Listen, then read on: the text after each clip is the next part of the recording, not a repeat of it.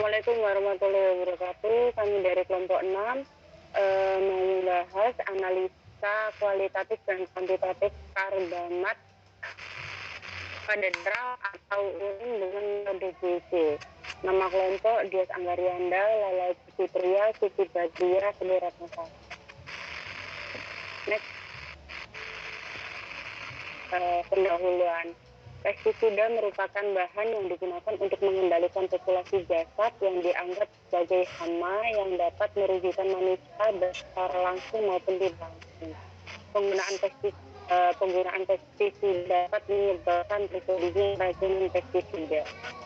Insektisida karbomat berkembang setelah organofosfat. Insektisida ini biasanya daya toksisitasnya rendah terhadap mamalia dibandingkan dengan organofosfat, tetapi sangat efektif untuk membunuh insekta. Tunan karbomat dan senyawa organofosfat yang tidak memiliki aktivitas antikolinesterase, efek samping yang terjadi di antaranya rasa kantuk, pusing, gangguan penglihatan, mual, takikardia, sakit kepala, hiperventilasi, dan kelemahan otot. Metode prinsip kromatografi gas didasarkan atas partisi zat yang hendak dianalisis antara dua fasa yang saling kontak tetapi tidak bercampur. Partisi tercapai melalui adsorpsi atau absorpsi atau keduanya. Sebagai fase gerak digunakan gas pembawa. Bagian pokok dari kromatografi gas adalah injektor, kolom pemisah, dan detektor. Gas kromatografi MS mempunyai dua metode analisis, yaitu kualitatif dan metode kuantitatif. Waktu retensi tidak dapat mengkonfirmasi identitas peak sehingga dibutuhkan spektrometer massa untuk mengidentifikasi guna analisis kualitatif.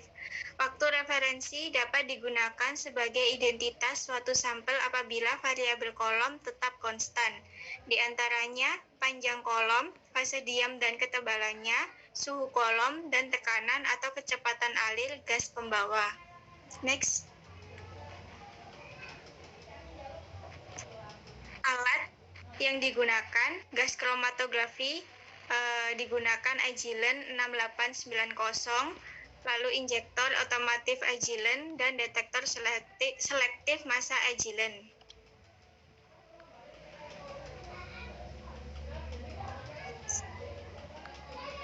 Bahan digunakan plasma darah tikus, galur Wistar, asetonitril, NaCl, metanol, dan standar Propoxur. Berikut adalah prosedur kerja. Pertama yaitu ekstraksi sampel sebanyak 50 mikrospesimen darah dicampur dengan 5 ml asetonitril dan larutan internal standar. Yang kedua, dihomogenkan dan disentrifus pada 3000 rpm selama 5 menit untuk membersihkan larutan. Lalu diperoleh endapan. Kemudian ekstraksi diulangi 2 kali. Yang keempat, larutan bening asetonitril yang diperoleh kemudian dicampur dengan larutan NaCl 2% sebanyak 40 ml dan neksana etil asetat sebanyak 12, ml 1:1 V/V pada corong pisah 250 ml. Corong pisah dikocok selama 10 menit menggunakan mesin pengaduk. Kemudian lapisan N-heksana atil asetat terbentuk. Lapisan tersebut dikeringkan pada suhu kamar. Kemudian larutan sisa dilarutkan dengan 200 mikrometanol. Lalu sampel siap diinjeksikan ke GCMS sebanyak 1 mikromili. Next. Kemudian kondisi GCMS-GC yang digunakan Agilent 7890 AGC Agilent teknologi Shanghai Cina, dilengkapi dengan injektor otomatis Agilent 7683 yang dipasangkan dengan detektor selektif massa Agilent 5975. Lalu helium dengan tekanan atas 50 kPa digunakan sebagai gas pembawa. Kemudian suhu dari injektor diatur pada 230 derajat Celcius. Lalu suhu kolom diatur 60 derajat Celcius pada 0 menit 25 derajat Celcius per menit hingga 150 derajat Celcius ditahan selama 1 menit. Kemudian melandai 3 derajat Celcius per menit hingga mencapai suhu 240 derajat Celcius, tahan selama 5 menit. Secara bertahap naikkan 10 derajat Celcius per menit hingga suhu 280 derajat Celcius dan tahan selama 10 menit. Lalu gas pembawa yaitu helium mempunyai kecepatan arus 1,2 mili per menit. Suhu injeksi adalah 230 derajat Celcius dengan volume injeksi 1 mikromili. Next. Hasil dan pembahasan. Berdasarkan hasil pengamatan menggunakan DCMS, proposur dapat terdeteksi pada 3 variasi waktu pengambilan sampel. Dalam penelitian kali ini, setiap variabel penelitian 3 kali pengulangan dengan total sampel 9 dan 1 untuk kontrol. Berdasarkan hasil pengujian menggunakan DCMS, diperoleh hasil kata rata-rata pada jam keempat adalah 57,876 ppm. Pada jam ke-16 adalah 37,565 ppm. Dan pada jam ke-32 adalah 31,427 ppm.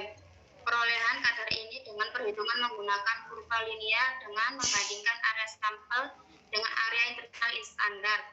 Pemilihan internal standar dengan syarat masih dalam satu golongan dengan senyawa sampel mempunyai sifat yang hampir sama dengan mempunyai waktu valensi yang berbeda.